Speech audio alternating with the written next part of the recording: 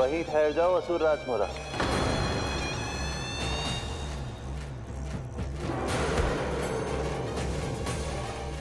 यहाँ क्यों आए?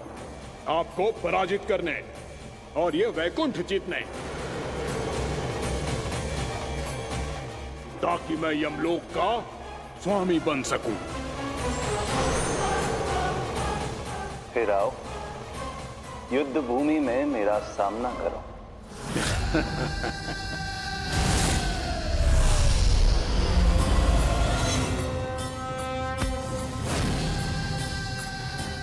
ये नहीं जानते कि इनसे ना हारने का वरदान तो मैं पहले ही प्राप्त कर चुका हूं, इसलिए युद्ध ठीक से आरंभ हो पाए उससे पहले ही इन्हें जीत लूंगा मैं।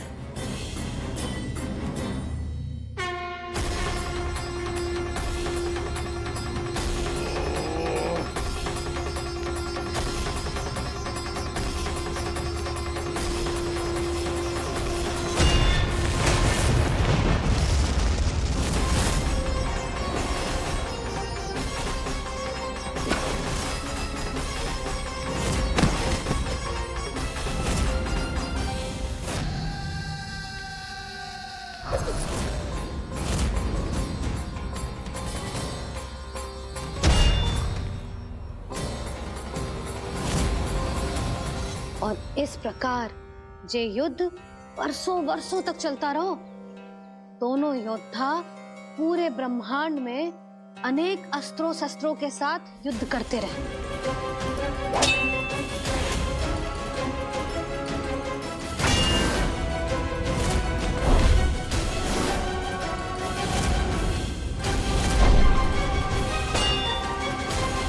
फिर क्या हुआ मैया?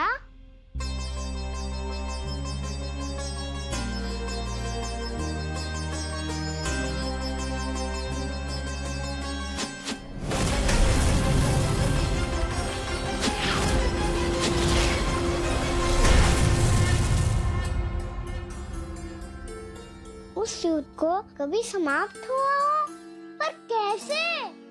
शीघ्र ही वो राक्षस थक गौ लल्ला।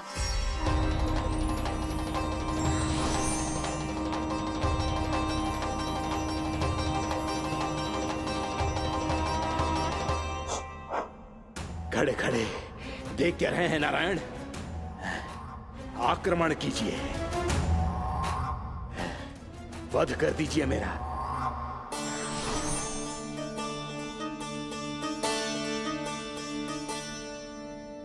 मैं तुम्हारी वीरता से प्रभावित हूं, इसलिए इतनी थकान की स्थिति में मैं तुम जैसे वीर पर आक्रमण नहीं करूंगा। जाओ विश्राम करो। यदि फिर से युद्ध करने की इच्छा हो तो तुम्हारा स्वागत होगा।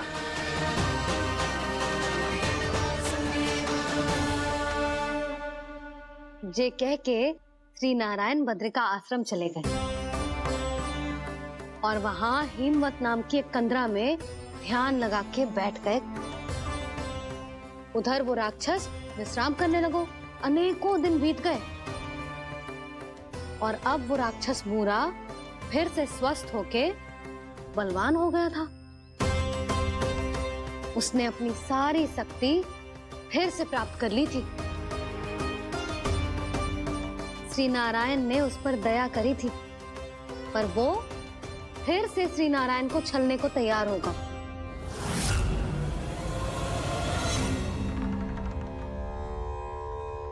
ध्यान में बैठे बैठे श्री नारायण योग निद्रा में चले गए, पर दुष्ट मूरा इसी अवसर का लाभ उठा के उनकी कंदरा में घुस आयो, ताकि वो सोते हुए श्री नारायण पे आक्रमण कर सके।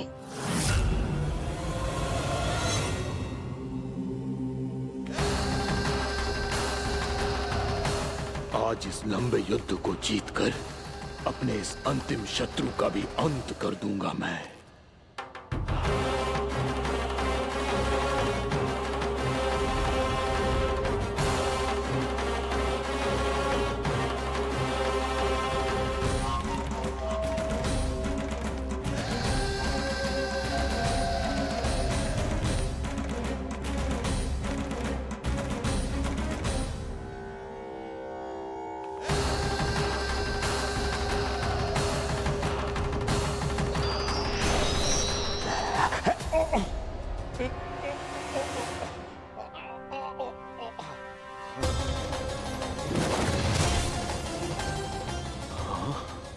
दुष्ट राक्षस, प्रभु ने तुझ पर दया की, तुझे संभलने का अवसर दिया। तू इन्हीं पर ही छल से वार करने चला है।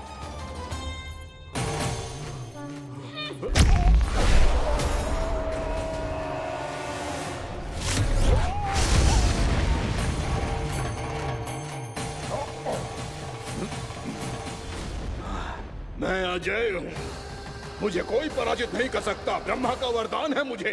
तूने नारायण से अपराजय होने का वरदान मांगा था मूर्ख, उनकी शक्ति से नहीं। ध्यान से देख, मैं तेरी मृत्यु हूँ, मृत्यु।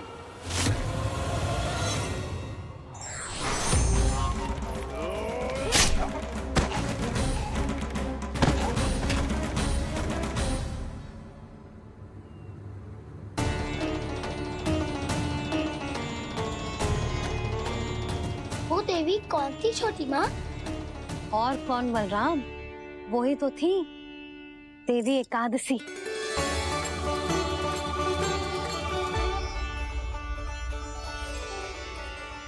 मुझे क्षमा कीजिए प्रभु, आपकी आज्ञा के बिना ही युद्ध करके आपके शत्रु को मृत्यु के घाट उतार दिया। क्षमा नहीं, आपकी तो प्रशंसा होनी चाहिए देवी। असुर राज को मारकर आपने सभी देवताओं को मुक्त करवाया है। इस पापी के अहंकार से तीनों लोकों की रक्षा की है आपने। आप एकादशी की तिथि पर मेरी एकादश इंद्रियों से उत्पन्न हुई हैं। इसीलिए मेरे सभी भक्त आपको उत्पन्न एकादशी के नाम से जानेंगे। सभी तिथियों में आपका स्थान सर्वश्रेष्ठ होगा। जिस तरह आपने राक्षस के आक्रमण से मेरी रक्षा की है, उसी प्रकार एकादशी के दिन व्रत करके जो भी भक्त आपकी कथा सुनेगा, मैं स्वयं उसकी रक्षा करूंगा। जो आपकी पूजा करेगा, उसे मेरी विशेष कृपा प्राप्त होगी और उसके साथ साथ उसे मिलेगा धन, सिद्धि और मोक्ष।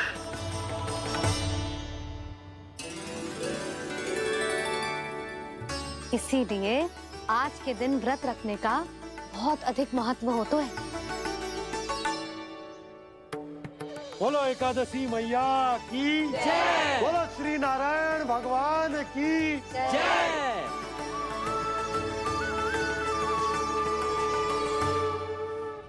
प्रभु की कृपा से एकादशी का महत्व भी पता चल गो और मेरा व्रत भी सफल होगा। अभी नहीं भूला राम, एकादशी का व्रत पूरी तरह तभी सफल होता है जब द्वादशी के दिन उसे पूरा किया जाता है।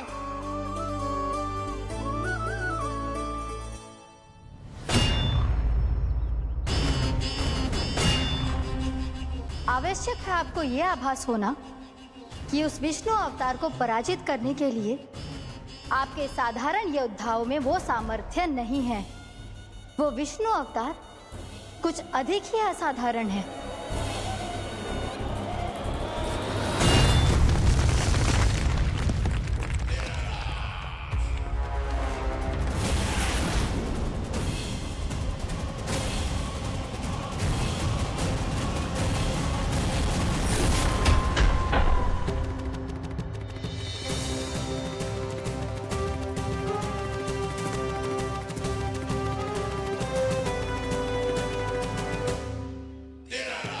अब मैं दिखाऊंगा उस विष्णु अवतार को असाधारण शत्रु क्या होता है।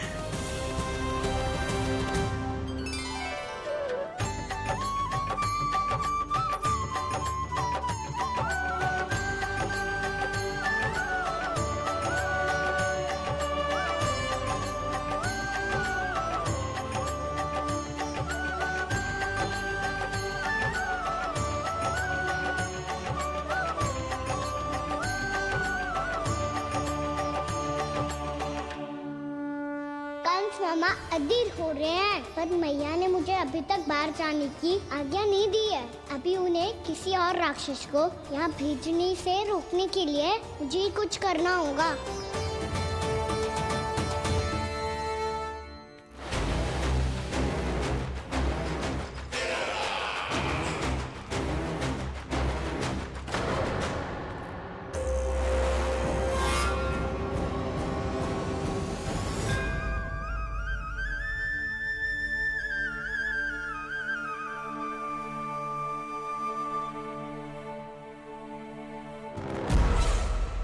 कौन हो तुम? बचपन से ही मुझे मारने का सपना देख रहे हैं, सिर्फ मुझे ही नहीं पहचानते।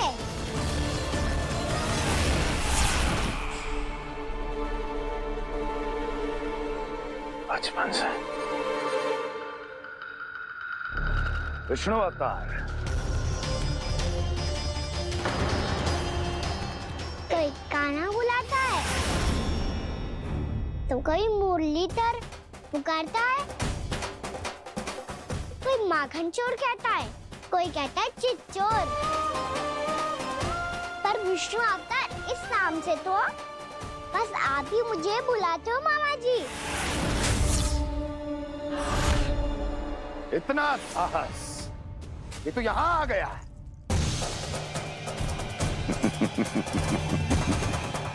यहाँ आ तो गया तू विष्णु अवतार, किंतु यहाँ से जीवित नहीं जाएगा। तेरे इस शीश को तेरे धड़ से अलग कर दूंगा मैं।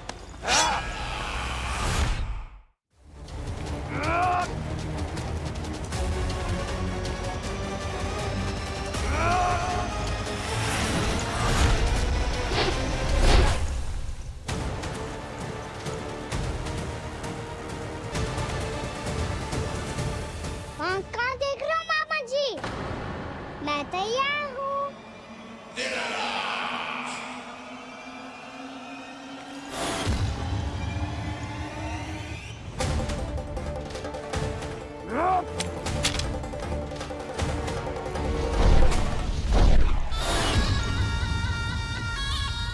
मामा जी, आप सदैव इसी तरह क्रोध में रहते हो क्या?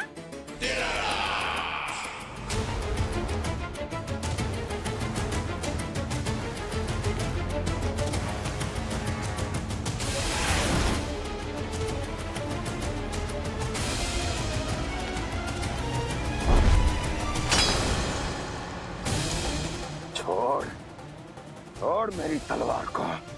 छोड़ो तो तब जब पकड़ा हूँ।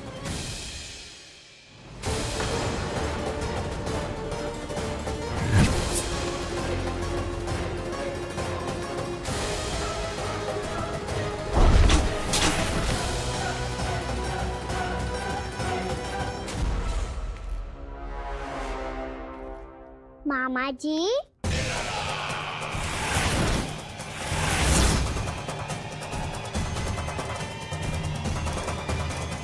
आप थक गए होंगे, थोड़ा विश्राम कर लो। आपका तो पता नहीं, मैं अवश्य थक गया हूँ।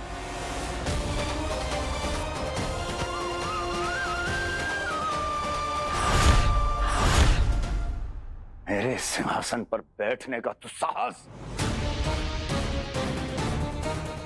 अभी तो बस अभ्यास कर रहा था मामा जी, भविष्य में मुझे तो बैठना है यहाँ।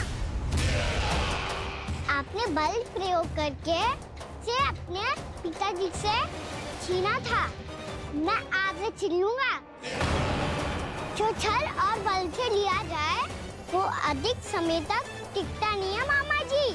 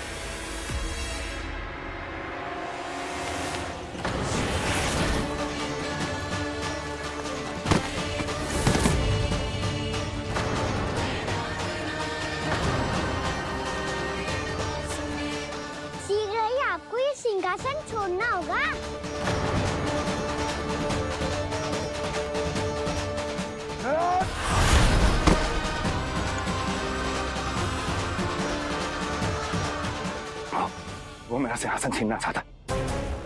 वो आ रहा है, वो आ रहा है। सैनिकों, दुर्जन, बंद कर दो सभी द्वार और झरों के, सब के सब। इसकी हर संभावना पर इतना कड़ा पहरा बिठा दो कि ना तो कोई महल के भीतर आ सके, ना कोई बाहर जा सके। मुझे महल की चप्पे चप्पे की सूचना चाहिए। जाओ।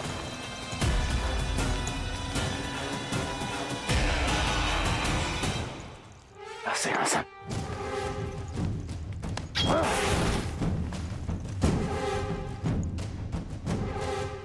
अब आ, दुष्ट मायावी, ए छलिया विष्णु अवतार, मैं कंस तेरी प्रतीक्षा कर रहा हूँ। देखता हूँ मेरे सिंहासन पर कैसे बैठता है तू। मुझे तो बस कुछ समय चाहिए था, वो मिल गया। अब करते रहिए आप प्रतीक्षा।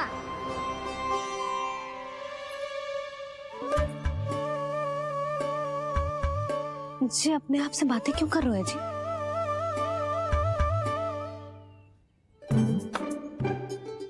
आप मुस्कुरा क्यों रहे हो? ना कछु ना। बताओ क्यों मुस्कुरा रहे हो? तुम ही पर गए हैं जी। जब तुम व्रत करती हो तो तुम भी ऐसा ही करती हो। इसी प्रकार भूख अधिक लगने पर अपना ध्यान भटकाने के लिए स्वयं से ही बड़बड़ाती रहती। होगा। आपको तो बस मेरा उपहास उड़ाने के लिए बहाना चाहिए।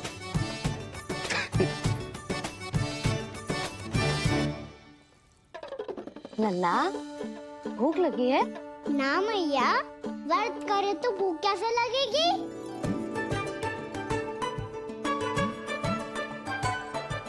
यदि लगी हो तो छोटे बालकों को थोड़ी बहुत भूल चूक क्षमा होती है। कछु ना तो फल तो तू खा ही सकते है। अब तो पूरे नियम और विधि विधान से व्रत तोड़ूंगा। कल द्वादशी के सुबह मुहूर्त के अनुसार। ठीक।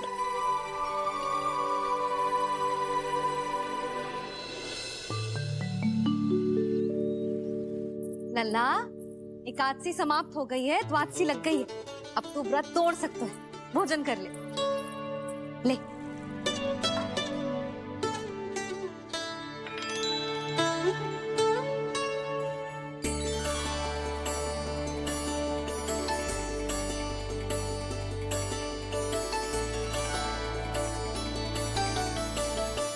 आज तो कार्य कर लीजिएगा। मैं ना चाहती कि सब गांव वाले फिर से आपका उपहास उड़ाएं। अरे, इसी क्षण कार्य आरंभ करना आवश्यक ना है। कुछ खा तो लो। कल भी पूरे दिन व्रत में रहे, अब तो कुछ खा लो। ना, अभी बिल्कुल भूख ना है। और हाँ भगवान, तुम्हें चिंता करने की आवश्यकता नहीं है। आज मैं किसी को भी 2 शब्द कहने का अवसर नहीं दूंगा। अरे, कुछ खाओगे पियोगे नहीं तो कैसे रहोगे?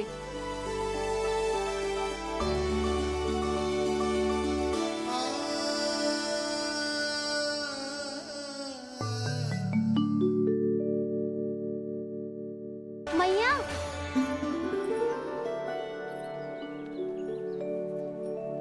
मैया पहले व्रत तोड़ के कछु खा तो लो। अभी ना, लौट के आने के बाद। हाँ,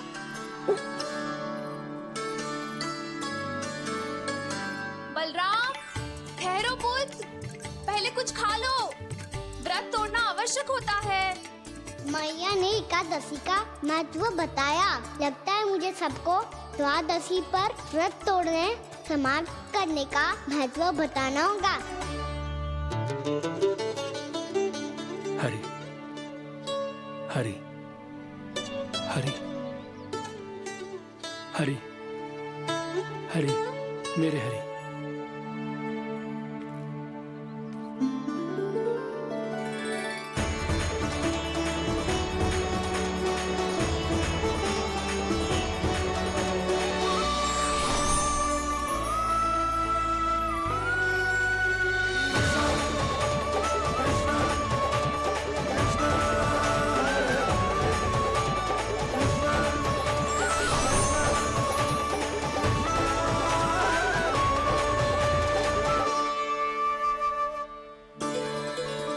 अभी अभी तो मैंने बच्चों की माँ को वचन दिया था कि आज किसी को शिकायत करने का अवसर ना दूंगा, और अब मैं प्रभु श्री हरि की कल्पना जसोमती रानी के लल्ला में ही करने लगा।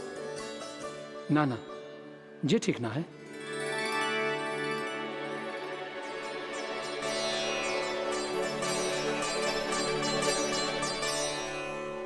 ठीक ही तो है, बिल्कुल सही पहचाना है आपने।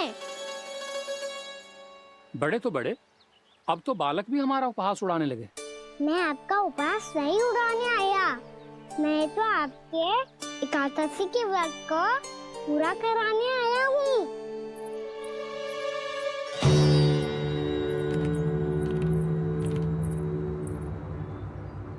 कान्हा,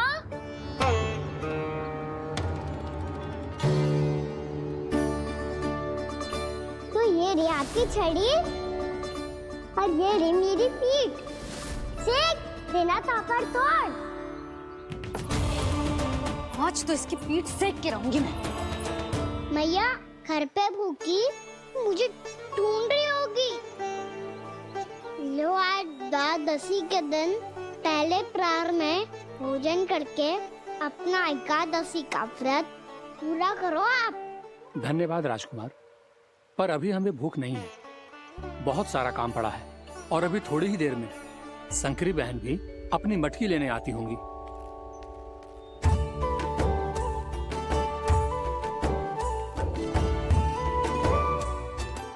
पर मैं आपका व्रत पूरा कराए बिना नहीं जा सकता। भला क्यों? भक्त भूखा रहे और भगवान खा ले, ऐसा हो सकता है भला?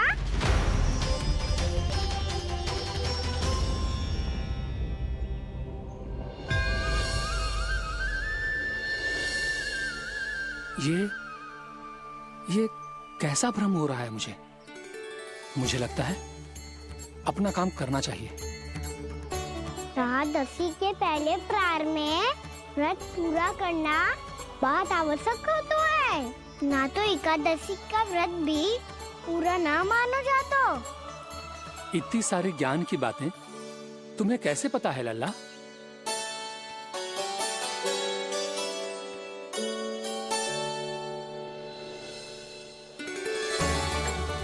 जैसे एकादशी की कथा होती है, वैसे द्वादशी की महिमा भी एक बहुत महत्वपूर्ण कथा है।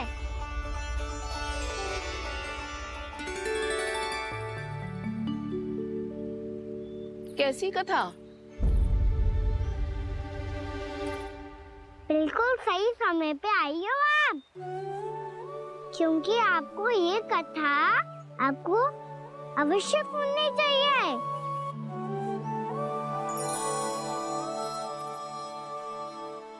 मुझे क्यों?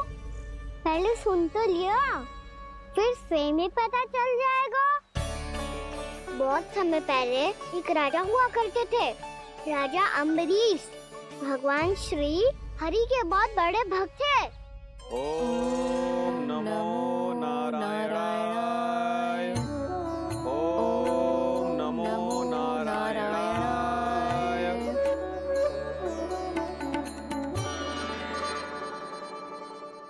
नेक पुण्य के काम करते थे वो। अपनी पत्नी के साथ हरि का नाम जपते रहते थे। उन्होंने 12 माह एकादशी का व्रत करो निर्जल पास किया, और जब उनकी 12वीं एकादशी का व्रत द्वादशी के दिन तोड़ने का समय हुआ, तभी महर्षि दुर्वासा अपनी 100 शिष्यों के साथ उनके महल में पधारे।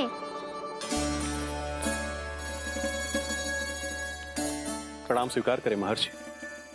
आप जैसे महान ऋषि मेरे राज्यसभा में आए, वो भी ऐसे अवसर पर जब मैं और मेरी पत्नी निरंतर 12 एकादशियों के बाद अंतिम एकादशी का व्रत तोड़ेंगे।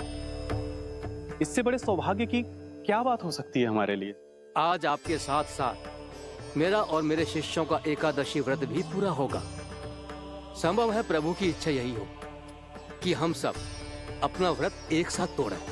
ये तो अत्यधिक प्रसन्नता की बात है महर्षि। तो फिर ठीक है, हम सब यात्रा से थके हैं, व्रत तोड़ने से पहले हम स्नान करना चाहते हैं। जैसी आपकी इच्छा महर्षि। जब तक आप लोग लौटेंगे तब तक आपके सारे प्रबंध यहाँ हो चुके होंगे।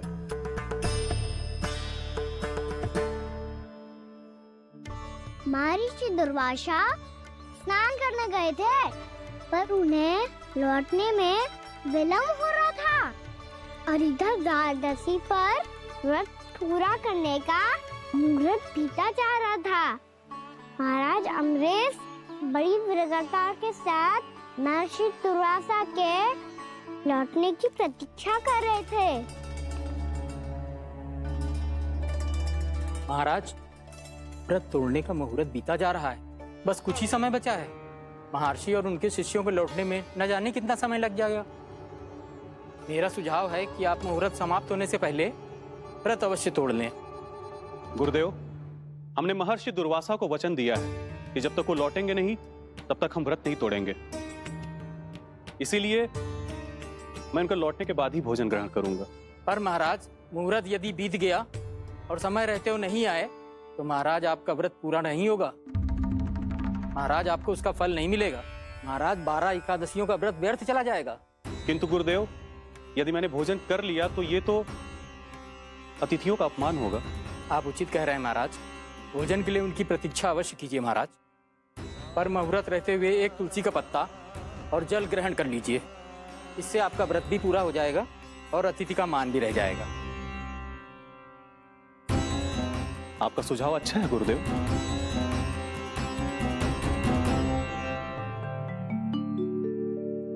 जैसे ही महाराज ने तुलसी का पत्ता खाया,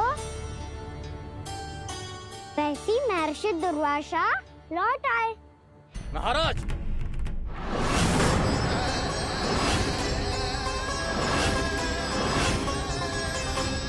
महाराज को उपास तोड़ते देखते बहुत क्रोधित हो गए।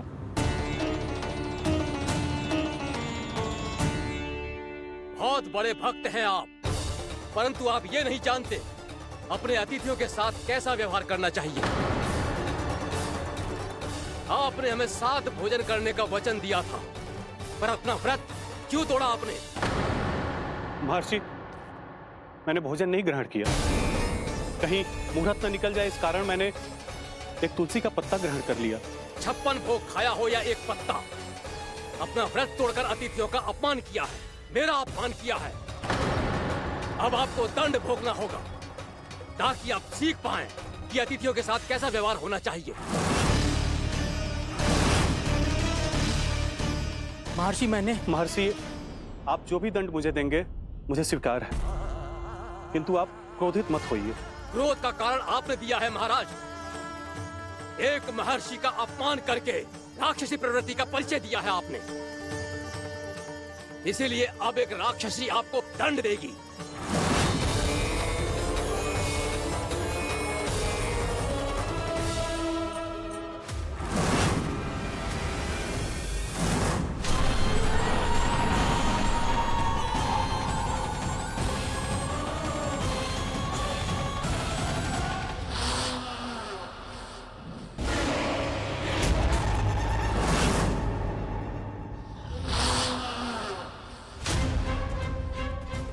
हे प्रभु, यदि मैंने सच में महर्षि का अपमान करने की भूल की हो तो मैं उसका परिणाम भोगने के लिए प्रस्तुत हूं। ओम नमो नारायणाय, ओम नमो नारायणाय नमः। महर्षि दुर्वासा को यह आभास ही नहीं था कि महाराज अम्बरीश ने उनका अपमान नहीं किया था। फिर भी उसे अपमान मान के वो श्री नारायण के भक्त पे संदेह कर रहे थे। मैंने भी तो भोला राम की भक्ति पे संदेह किया था। हे नारायण, ये क्या पाप हो गया मुझसे? संदेह किसी अपमान से कम ना हो तो, और भगवान सब सह सकते हैं, पर उनके प्रिय भक्तों का अपमान सहन ना कर सकते। इसीलिए उन्होंने हस्तक्षेप करने का निर्णय लिया।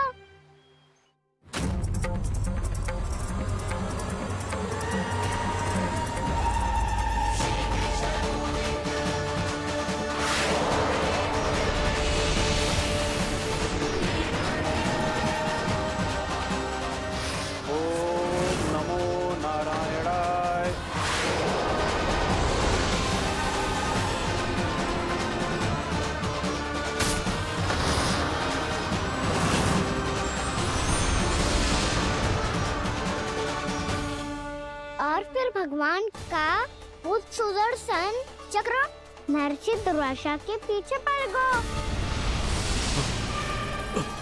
ये चक्र तो मेरी ओर बढ़ रहा है। ओम नमो नारायणाय। ये कैसे संभव हो सकता है?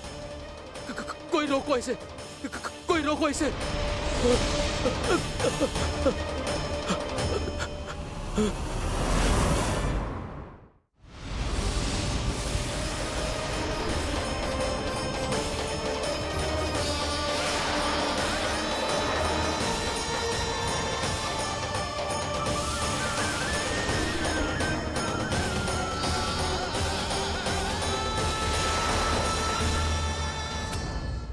चक्र से अपने प्राण कैसे तैसे बचाते बचाते महर्षि दुर्वासा ब्रह्मलोक जा पहुँचे। ब्रह्मदेव रक्षा कीजिए, ब्रह्मदेव सहायता कीजिए, मुझे बचाइए ब्रह्मदेव, रक्षा कीजिए। ये सुदर्शन चक्र मेरे प्राणों के पीछे पड़ गया है, मुझे बचाइए ब्रह्मदेव, मुझे बचाइए। महर्षि, मैं चाहकर भी आपकी सहायता नहीं कर सकता। ऐसी स्थिति में यदि कोई कुछ कर सकते हैं तो वो है सुदर्शन चक्र के स्वामी विष्णु, क्योंकि सृष्टि में केवल वही है जो इसे नियंत्रित कर सकते हैं। वो ही इसे वापस लौटने का आदेश देकर आपके प्राणों पर छाए हुए संकट को दूर कर सकते हैं।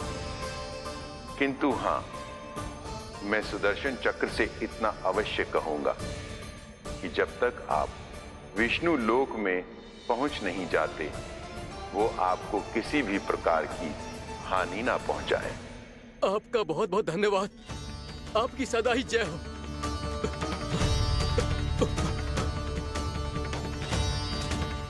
फिर क्या था? भागते भागते महर्षि दुर्वासा सीधे भगवान श्री हरि के शरण में बैकुंठ पहुंच गए। त्राहिमाम प्रभु, त्राहिमाम, मुझे बचाइए, मेरी सहायता कीजिए प्रभु, मेरी सहायता कीजिए। मैं आपके इस चक्र और ऊर्जा से नहीं भाग सकता प्रभु, कृपया करके अपने सुदर्शन को रोकिए, इसे वापस लीजिए प्रभु। यह असंभव है महर्षि। एक बार सुदर्शन चक्र मेरे हाथों से छूट जाए तो अपना उद्देश्य पूरा किए बिना, मेरे भक्तों की रक्षा किए बिना वापस नहीं लौटता। कोई तो उपाय होगा प्रभु, कृपया करके मेरे प्राण बचाइए प्रभु। मैं सुदर्शन की ऊर्जा से जलकर भस्म नहीं होना चाहता प्रभु। आप जो कहेंगे मैं करूंगा प्रभु, मेरी सहायता कीजिए प्रभु, मेरी सहायता कीजिए। एक उपाय है, किंतु मुझे नहीं लगता कि आप वो कर पाएंगे। मैं अवश्य करूंगा, मैं अपनी प्राण रक्षा के लिए कुछ भी करूंगा प्रभु। आपने मेरे भक्त राजा अम्बरीश को भक्ति का कर्तव्य निभाने के लिए अपमानित और दंडित किया है महर्षि, पर भक्त की रक्षा करना भगवान का कर्तव्य है। इसलिए यदि आप भक्त राजा अम्बरीश के पास जाकर क्षमा याचना करें और यदि वो आपको क्षमा कर दे तो ही ये चक्र आपके प्राण लिए बिना लौट सकता है। अन्यथा आप तो जानते हैं महर्षि, मेरे भक्त का अपमान मेरा अपमान। भक्त का अपमान भगवान के अपमान से कम ना हो तो है। महर्षि दुर्वासा को भी ये बात समझ आई और फिर उन्होंने महाराज अम्बरीश से क्षमा याचना की। महाराज महाराज महाराज महाराज महाराज, मुझे क्षमा करें महाराज, मुझसे बहुत बड़ी भूल हो गई महाराज, मुझसे बहुत बड़ी भूल हो गई महाराज। महर्षि, आप हमारे चरण छुए ये उचित नहीं। महाराज, महाराज अम्बरीश, आप नारायण के सच्चे भक्त हैं।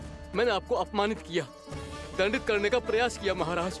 इस अपराध के लिए मुझे क्षमा कीजिए महाराज, और इस सुदर्शन चक्र से मेरे प्राण बचाइए महाराज।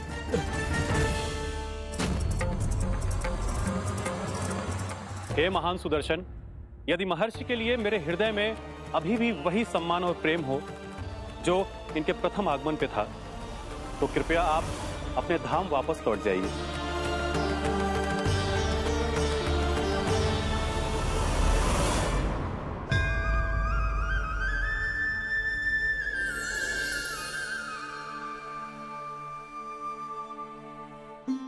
आपका बहुत बहुत धन्यवाद महाराज अम्बरीश।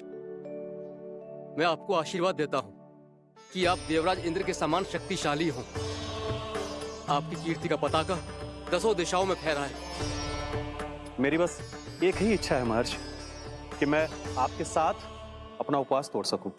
अवश्य महाराज, हम सब भोजन आपके साथ करेंगे और अपने आप को नारायण की सेवा में अर्पित करके व्रत को पूरा करेंगे, क्योंकि आज जो यहाँ हुआ है उससे सिद्ध हो चुका है कि एकादशी व्रत का फल द्वादशी की सुबह भोजन करने से ही प्राप्त होता है।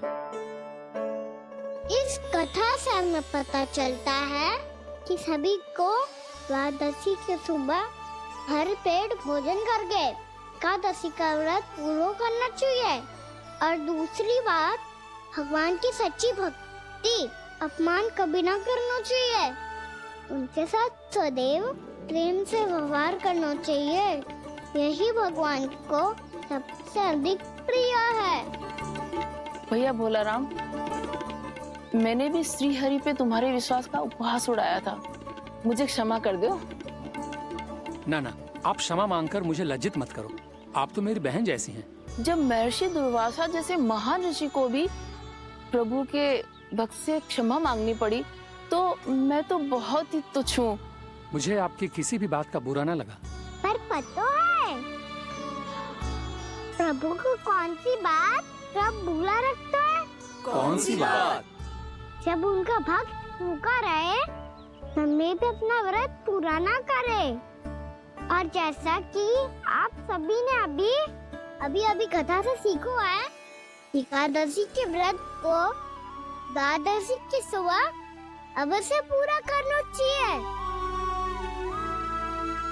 अब आप जाओ, अपना व्रत पूरा करो।